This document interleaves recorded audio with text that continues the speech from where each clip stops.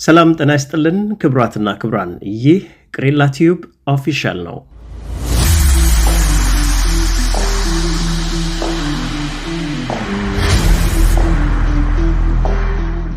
በሎስ ብላንኮሶቹ መንደር ሪያል ማድሪድ ቤት ምን ተፈጠረም?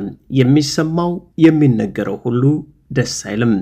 የሪያል ማድሪድ የቡድን አለቆችና ከፍተኛ የሥራ አመራሮች ተሰብስበው ችግሩ ምንድነው? ለዚህ የደረሰበት ጉዳይ ሲያሉ እያጣሩ ይገኛሉ። በመልበሻ ቤት አሰልጣኝ አለማክበር፣ የተጫዋቾች የእርስ በርስ ግንኙነት እየሻከረ መሄድ መነጋገሪያ ሆኗል። የፌዴ ቫልቨርዴና የአውሬሊን ሻውሚኒ ጉዳይ ለያዥ ለገናዥ አስቸግሮ በአደባባይ መነገሩና የሚዲያ ራት መሆኑ ሪያል ማድሪዶች ቆፍጠንና መረር ያለ ውሳኔ እንዲወስዱ አድርጓቸዋል። ከመሬት የተደባለቀው ፌዴ ቫልቨርዴ በገጠመው ጉዳት ምክንያት ሳምንቱ ማብቂያ ላይ የሚደረገው ኤል ክላሲኮ ጨዋታ ያመልጧል። ከ10 እስከ 14 ቀናት ማለትም እስከ 2 ሳምንት ከሜዳ ሊርቅ ይችላል ተብሏል። ማድሪድ ቤት የገባው እሳት ምንድነው? የሚያበርደውስ ለምን ጠፋም? በቅሬላ ቲዩብ ኦፊሻል የሰማነውን እናሰማችኋለን።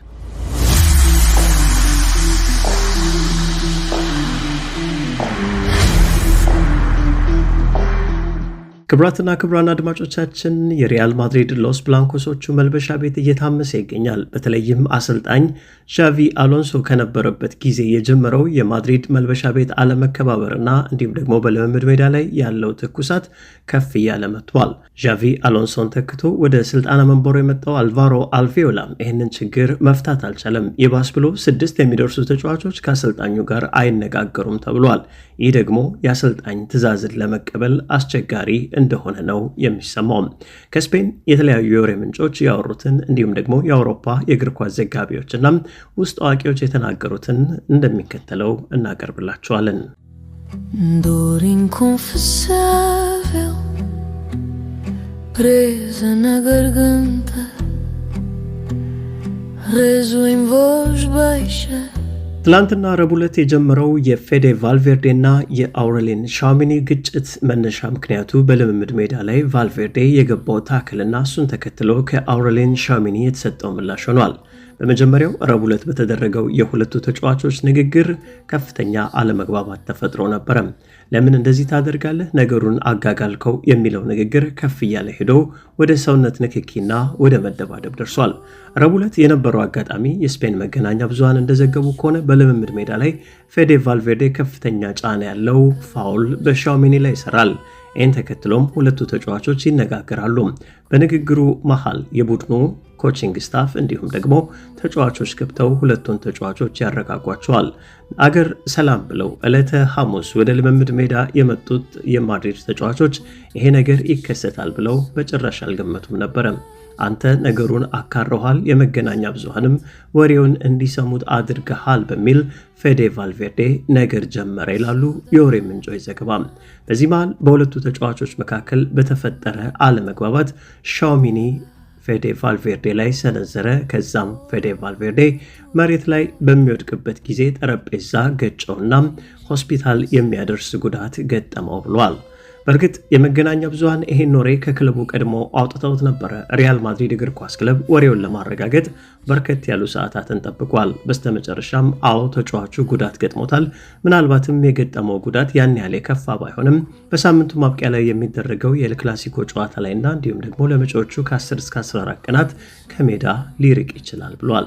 አያይዞም የሪያል ማድሪድ የዲሲፕሊን ቦርድ በሁለቱ ተጫዋቾች ላይ የቅጣት ውሳኔ ለማስተላለፍ ነገሮችን እየመረመረ ይገኛል ሲልም መናገሩ ተሰምቷል። በእርግጥ በማድሪድ መልበሻ ቤት የፌዴ ቫልቬርዴ እና የሻውሚኒ ጉዳይ ጎልቶ ተነገረም፣ ችግርም የፈጠረ ሆነ እንጂ በርካታ ተጫዋቾች እርስ በርስ ግጭት ውስጥ እንደገቡም ይነገራል።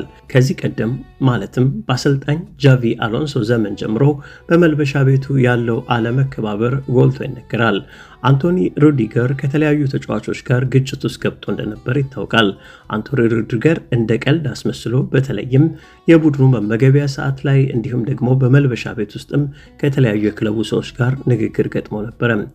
የኪሊያን ምባፔ ጉዳይንም የተመለከቱ መረጃዎች እንደሚናገሩት ከሆነ ኪሊያን ምባፔ ከሪያል ማድሪድ ኮቺንግ ስታፍ ጋርም ንግግር ውስጥ ገብቷል። በቃል በተደረጉ አለመግባባቶች እስከ ስድድብ ከፍ ያለም መመላለስ ውስጥ ደርሰው እንደነበሩም ምንጮች ከሪያል ማድሪድ ቤት ጠቁመዋል። አልቫሮ ካሪያስ የተጫዋች በአንቶኒ ሩዲገር ተመትቻለሁ ብሎ በህዝብ ፊት መናገሩም እንዲሁ በመልበሻ ቤት ያለው ችግር ማሳያ ተደርጎ እየተነገረ ይገኛል። የሪያል ማድሪድ ቡድን አሰልጣኝ የሆነው አልቫሮ አልቪዮላ ቡድኑን ከተረከበ በኋላም በቡድኑ ውስጥ ያለው ችግር ከፍ ብሏል። 6 የሚጠጉ ተጫዋቾች ከአሰልጣኙ ጋር ንግግር የላቸውም ወይም ደግሞ ማውራት አቁመዋል ተብሏል። ይህ ደግሞ የበለጠ ቡድኑን ጫና ውስጥ ከቶታል። የቡድኑ ታላላቅ የሚባሉት ኪሊያን ምባፔ፣ ቪኒሲየስ ጁኒየር፣ ጁድ ቤሊንጋም፣ ፌዴ ቫልቬርዴ፣ ሩዲገርና ሻውሚኒን የመሳሰሉ ተጫዋቾች ከኛ በላይ ንፋስ ያሉ ይመስላል። እነርሱ በቡድኑ ውስጥ መሆናቸውና የእነሱን ዝናና ክብር ከፍ ባለ ደረጃ የሚያስተዳድርና ማኔጅ የሚያደርግ አሰልጣኝ አለመኖሩ ቡድኑ ውስጥ ከኛ በላይ የሚለው የልብ ልብ የሚሰጥ ሀሳብ ጎልቷል። ይህንን የፈረንጅ አፍ ተናጋሪ ጋዜጦች ኢጎ በሪያል ማድሪድ ቡድን ውስጥ በስቷል እያሉ ይናገራሉ። ይህንን ቡድን በልበ ሙሉነትና በቆራጥነት ለመምራት እንደ ጆዜ ሞሪኒዮ ወይም ደግሞ እንደ ካርሊቶ ያለ አሰልጣኝ ያስፈልጋል። ነገር ግን በዛ ደረጃ አሰልጣኞች አለመኖራቸው ከዋክብቱን ለማስተዳደር አስቸግሯል ሲሉ የስፖርት ጸሐፍትና ተንታኞች እየተናገሩ ይገኛሉ። የአሰልጣኝ አልቫሮ አልቪዮላ ወደ ቡድኑ አሰልጣኝነት መምጣትና ከውጤት ጋር መናጠቡ ምናልባትም በመልበሻ ቤት እንዳይከበር አድርጎታል። ሰውየው ለተጫዋቾች የተለየ አመለካከት አለው በሚል 6 የሚደርሱ ተጫዋቾች ከእርሱ ጋር አይነጋገሩ እንጂ በርከት ያሉ ተጫዋቾች ምናልባትም የሰውየው የስልጠና መንገድንም እየተቃወሙ ይገኛሉ ተብሏል።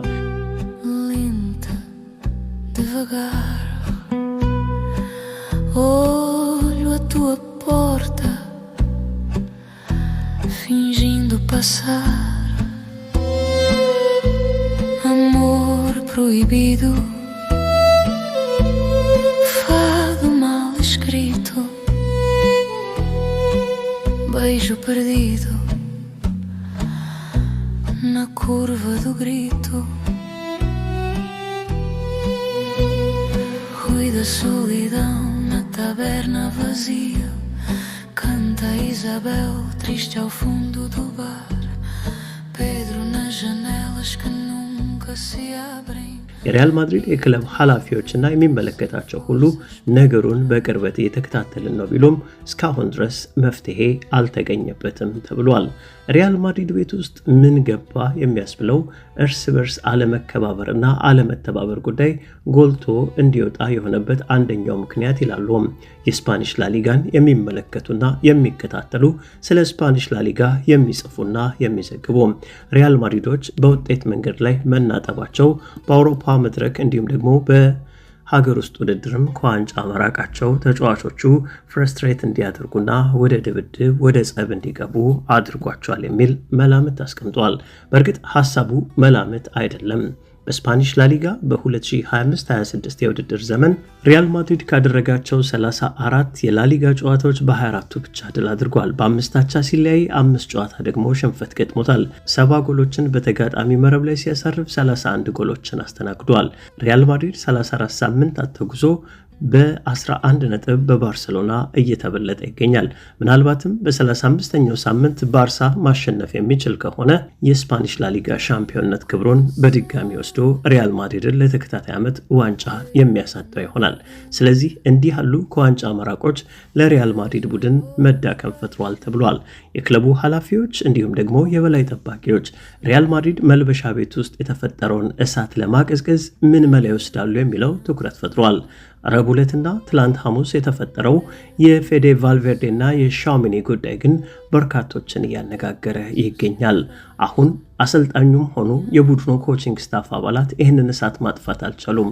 የተጫዋቾቹ እኔ በልጥ ፉክክርም ጎልቶ ይገኛል። ስለዚህ ሪያል ማድሪድ በሚቀጥለው የውድድር ዘመን የሚቀጥሩ አሰልጣኝ ከዋንጫ የሚያገናኘው ብቻ ሳይሆን በመልበሻ ቤት ያለው ጋጠ ወጥነትና ስርዓት አልበኝነትንም የሚያረጋጋ መሆን አለበት ተብሏል። በሪያል ማድሪድ ቤት እንዲህ አይነት ታሪኮች ሲከሰቱ ይህ የመጀመሪያ አይደለም። ከዚህ ቀደምም በጋላክቲኮ ዘመን እንዲህ አይነት ታሪኮች ተፈጥሮ የነበረ ቢሆንም በቀላሉ ማረጋጋት የሚችሉ ምርጥ አሰልጣኞች ነገሩን አልፈውታል። ኤል ክላሲኮ ከፊት ለፊታቸው የሚጠብቃቸው ሪያል ማድሪዶች መልበሻ ቤታቸው ላይ የተፈጠረውን እሳት እስካሁን አላጸዱም። እሳቱ ማንን ይለበልብ ይሆን? Lenta, devagar, olho a tua porta, fingindo passar. Amor proibido. ከክሬላቲቭ ኦፊሻል ዛሬ የመገናኛ ብዙሃን ሲዘግቡ የነበረውን በወፍ በረር አስቃኘኋችሁ። ሰላምና ጤና ተመኘው። ሰላም ለእናንተ ይሁን።